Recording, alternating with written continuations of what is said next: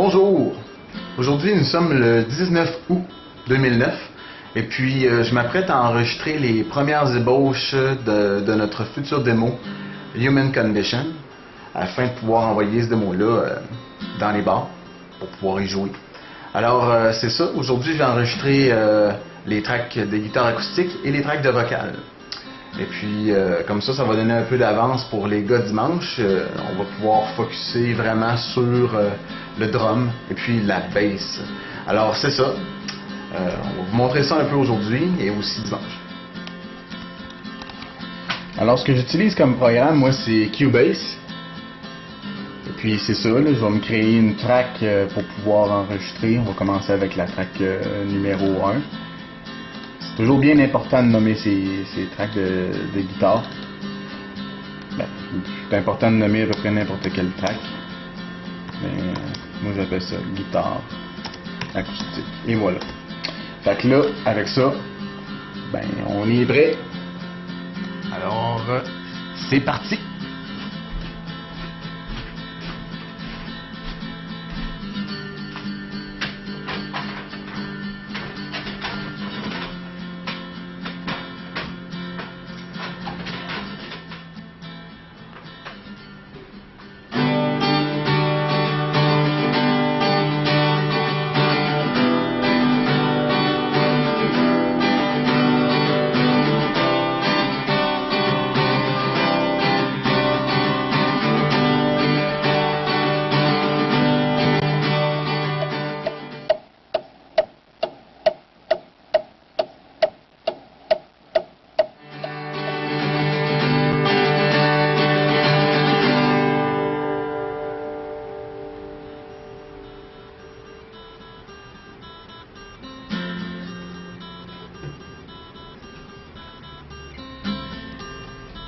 One shot.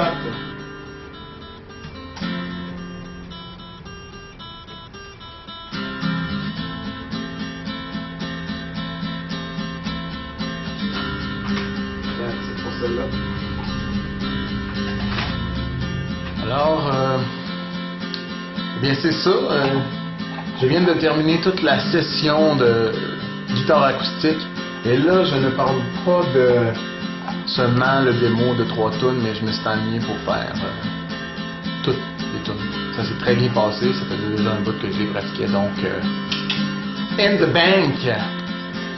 Alors pour la session de guitare acoustique, j'ai utilisé le Shure SM57, qui s'avère être ce petit micro. Ça vient chercher tout le croquant de la guitare acoustique. Ça va vraiment, c'est un micro unidirectionnel. Donc, ce que ça fait, c'est que ça va vraiment focusser sur l'enveloppe de la guitare acoustique, qui est, entre autres, les violons aussi, tout ça, tout ce qui est à cordes, dans le fond. Ça va aller vraiment chercher un son crunchy.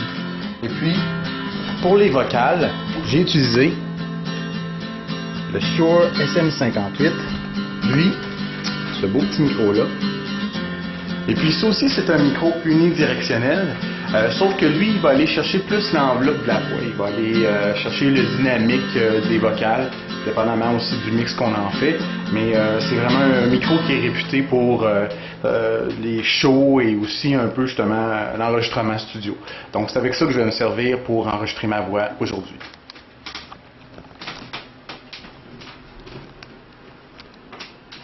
Alors ça ici, ça s'avère à être un popper stopper. Le popper stopper, son avantage dans le fond, l'avantage d'utiliser ça, c'est qu'il va diminuer la présence des S et il va atténuer les explosifs, c'est-à-dire les P, les T, tout ça, P, T, B. Tout ce qui est un petit peu plus explosif au niveau de la prononciation, bien le popper stopper, il va le stopper. Puis ce que ça fait, c'est que ça donne justement un côté plus réaliste à l'enregistrement, parce qu'on n'entend pas justement les pouf, pouf. Alors c'est ça que je voulais vous expliquer à propos du Shure Popper Stopper. C'est parti pour l'enregistrement des voix.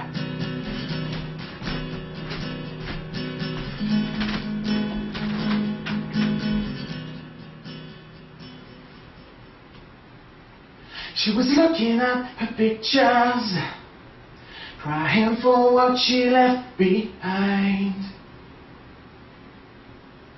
She holds the world in her hands. She's waiting for a friend.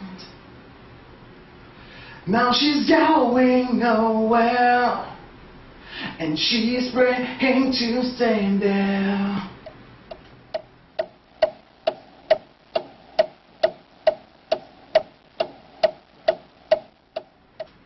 And now she knows. And now she knows. And now she knows.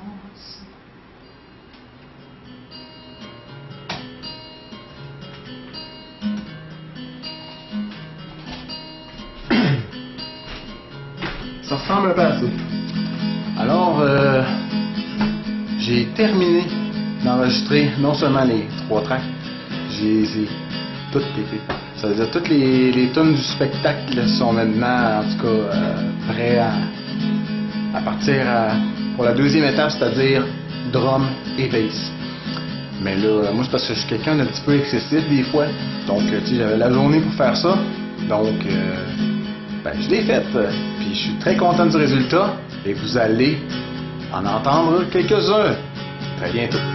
Salut!